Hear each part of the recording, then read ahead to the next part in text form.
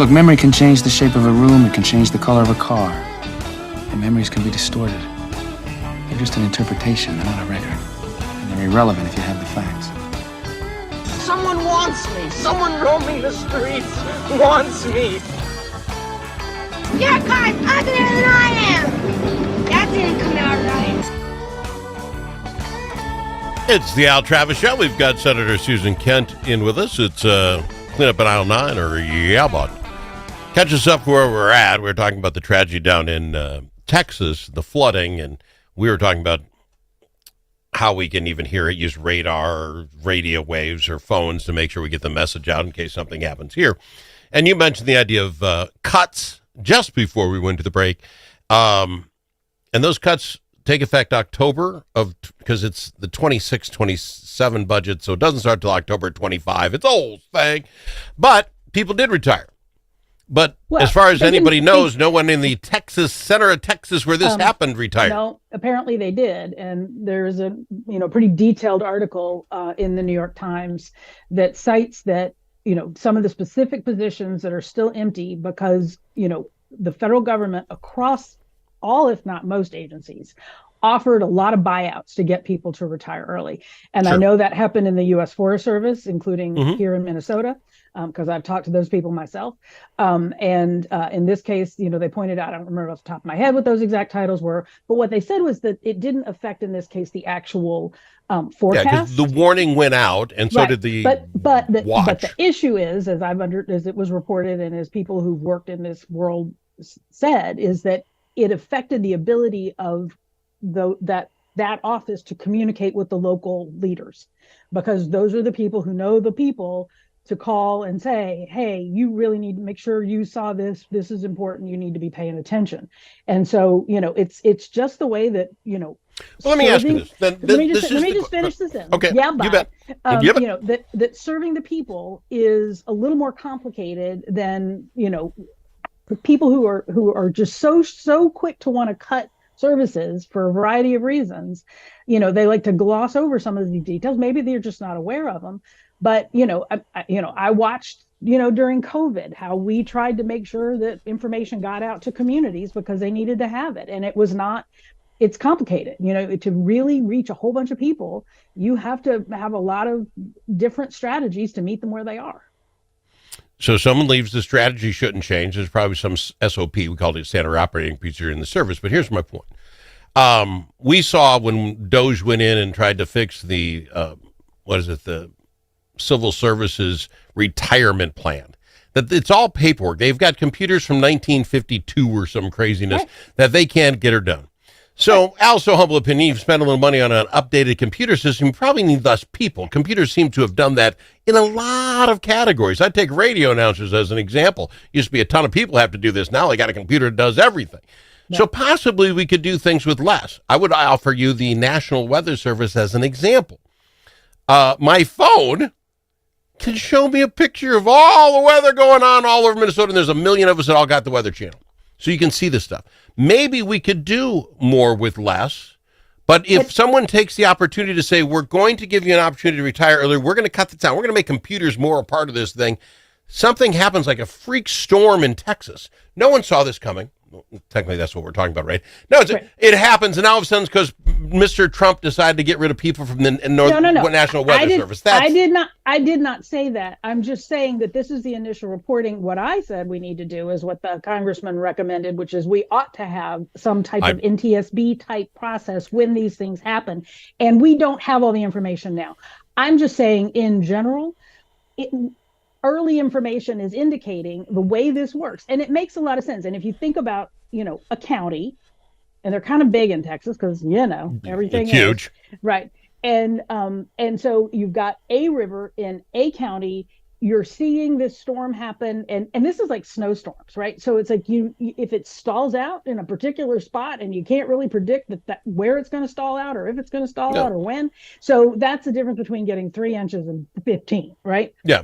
Think about that in water, and that's kind of what happens. And then given the landscape in this area, which is part of why this has been so heartbreaking for me, as I know it, I cannot imagine that landscape by that river where I was being inundated to that level, literally. I mean, I can 26 imagine, feet in an hour. I mean, that's the size of your house. right. But the point is, when the National Weather Service people see this, it's very localized. You don't just send out word to, put out a thing on the Weather Channel, and especially in the middle of the night, right? Because this literally, the warning, it was 4 a.m. or something, yeah. Right. The watch was there, but then it didn't become a warning until like midnight, and then it got more severe. So that's when you actually do need people who can get a hold of people at a very localized small town. Hunt, Texas is teeny tiny.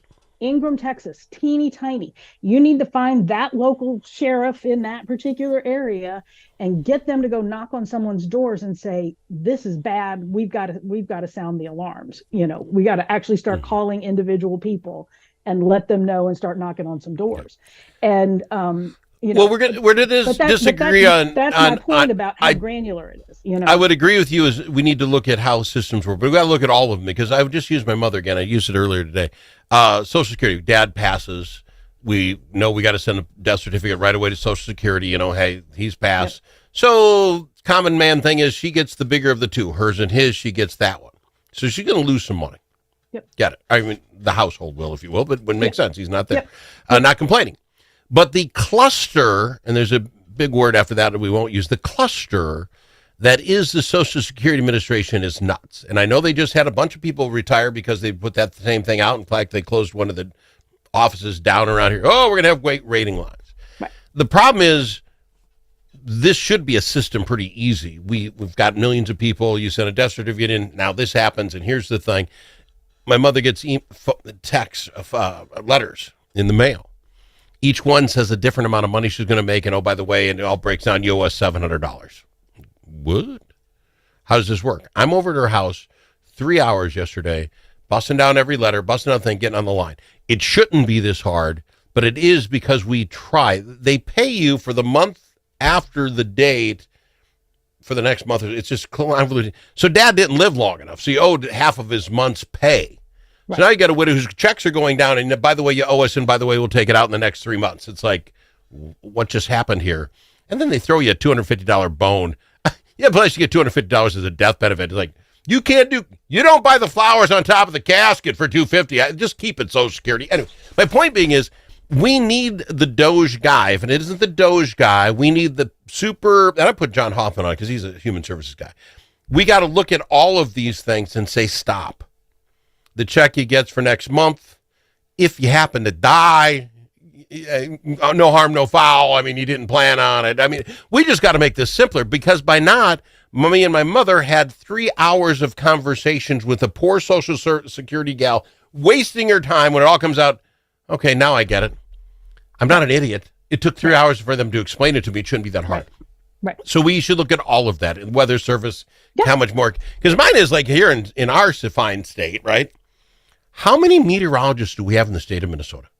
Literally, folks went to college. Right. Every local TV station's got one. There's 5 in the Twin Cities. I know there's a farm guy here that's got one. Okay, but bad weather, get together. Make a phone call. Did you see what I said? Tell the Weather Service. I said, oh, that's right. I got to stop talking because you jumped in. Yeah, but go ahead. I'm just observing that I proved why we call it this. Anyway, I did not do that on purpose. I lay the Yabbit card down and I'm in now. But what I think is interesting about this, right? So you have NOAA, the National Oceanic and Atmospheric, whatever, yeah. And you've got the National Weather Service, and all of those entities have those models. And then these local weather people who work for-profit businesses, right? I mean, your TV affiliates, your radio stations, all of that. These are for-profit businesses for the most part, and they feel like their funny weather guy helps them get ratings, right? So, these are not the guys though that are doing the big modeling. They're not the ones doing the real information gathering, and that's where we need bigger national, higher expertise with the local level ability to transmit that out. We don't need 10 local weather guys technically, but somebody in business thinks we do. So that's because the weather guys are always the best looking guy in the set. I don't get that. They're the jokesters though. They can go outside and do the county fair stuff. I mean, they're part of the relationship with the program for sure. Got to go to break. When we come back, I have to think that Senator Susan Kent is going to 100% agree with me on What in the world are we doing paying outside lawyers in this state? We'll talk about it. Senator Susan Kent right after this. There are many ways to explore Alexandria. Some like to experience the outdoors and all the fun winter in Minnesota can provide. Pick your favorite way to get in touch with nature. Others like to explore downtown in the warm comfort of a boutique or gathered around a table with friends. You can do all of that or relax and do nothing at all. Come explore Alexandria. Start planning at explorealex.com. Think about it. Now that school's out for the summer, how are Minnesota students doing? Not very well. Minnesota ACT scores fell again last year and are the lowest they've been in 10 years. In fact, fewer than half of Minnesota students can either read or do math at grade level. Think about it. We used to brag about our schools. Now we're losing to states like Mississippi. Visit AmericanExperiment.org for more information. Think About It is brought to you by Center of the American Experiment, Minnesota's think tank.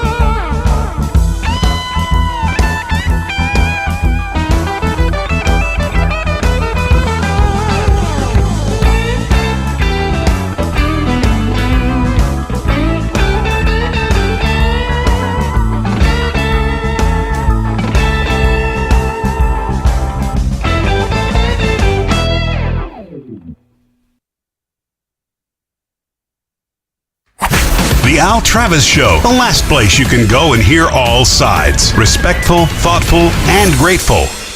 Senator Susan Kent and I would like to announce the grand opening of our new business called the Kent and Al Make You Look Good Firm. And we're going to make big money. You're going to love this.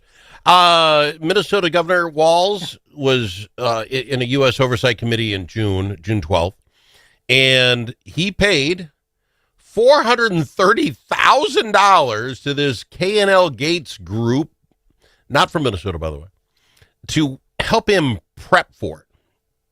Now, I've watched a lot of these hearings, and go with me in this, Senator. If you don't know the answer, it's like, I don't remember. That's always a good one. I don't remember. I'll look into that, sir, and then always realize that each one only has 5 minutes. So if you can stutter a little bit, drag it out, you don't have to answer anything. I could have given him that advice, you and I. We could have cut it in half. You take $100K, I take $100K. Why are we paying a law firm $400? And this comes out of Minnesota's pockets, by the way, and I'm not saying that's wrong. He shouldn't have to pay. But two things. Why an outside law firm? You tell me there's no lawyers in Minnesota? Keep the money local? Here's the other one. Don't we have like a whole lawyer firm, Ellison and everybody he's got underneath him? You say, hey, that is not in his job description. So that It- would be a problem okay. if the So AG's office started doing that. no, I'm going to really make you problems then, because here's my point. So it'd really be a problem for that massive group of lawyers to say, hey, we'll come sit with you because we don't want to charge Minnesotans $430,000. Do this. University of Minnesota. You got an entire law school. You got some very smart professors over there. You know you're going to ask for $500 million next year.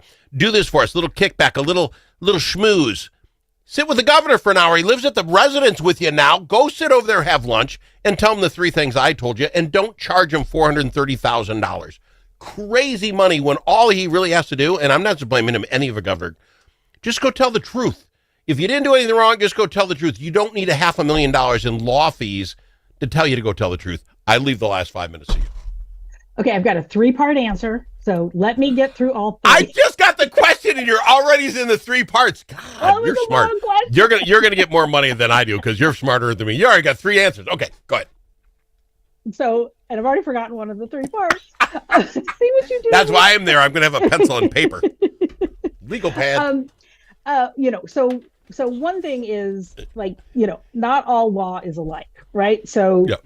and as the daughter of a former law professor, he was not the dude you wanted advising you on going in front of an antagonistic congressional committee, right? Fair enough. I get it's not easy. I get. Just so it's a and for that reason, I don't know where these people are from, and I'm just going to say I have only read almost like the headline version of this story so far this morning. I have not dived into it. What I do know is, so I don't know where this law firm is from, but I imagine it's somebody that has, we don't in the Minnesota legislature grill people like that. We don't have those types of hearings, right? And so, nobody has to be prepared for that level of activity. So, I don't know that there's anybody in Minnesota that has that expertise. I would imagine these are people who hang out in Washington a lot, where you do have these types of things on a regular basis. So there you go.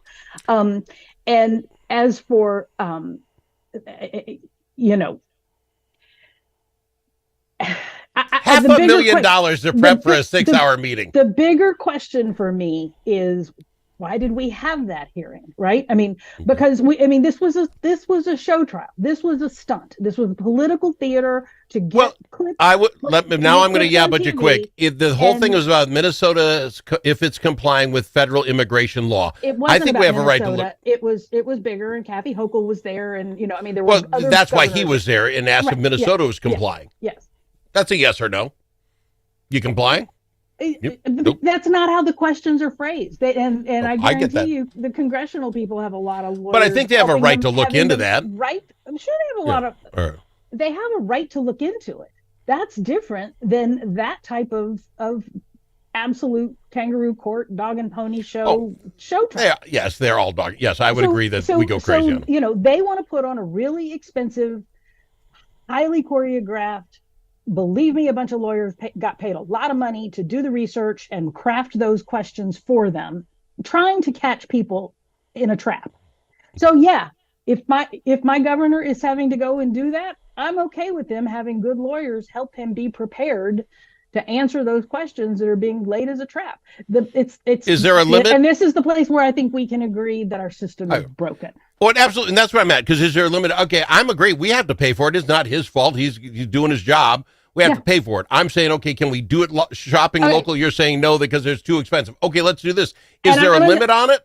Well, what I was going to say, I don't know. Where's the limit? I mean, so maybe I don't know. Needs to be $500,000 to prep for one meeting seems like a lot. It does seem like a lot to me, and that's what I was going to say. That's where you and I can agree. But I mean, I do believe that this is where this system has gotten us to, and he is not the only person who goes in front of congressional hearings like this who pays lawyers that kind of money. You can, because if it's not your money, you can. That's how I don't know this K&L gate. I don't. But if you're the law firm that can help you with this, I can charge anything because it's not coming out of your pocket. It's coming out of the state of Minnesota. So there's this whole ishiness to it. The system's broken. The system is broken. And you use big words like broken. I use ishy. It's because I'm a child. Well, yes. No, not your child. I didn't agree with that part. Can I just say though, before we wrap up, because I know we're at the end here. I just my heart has hurt so much for the people in Texas and those families and those little girls. And they're still waiting to find out what happened to their daughters. Those counselors, they're like 18, 19 years old, and they saved hundreds of lives.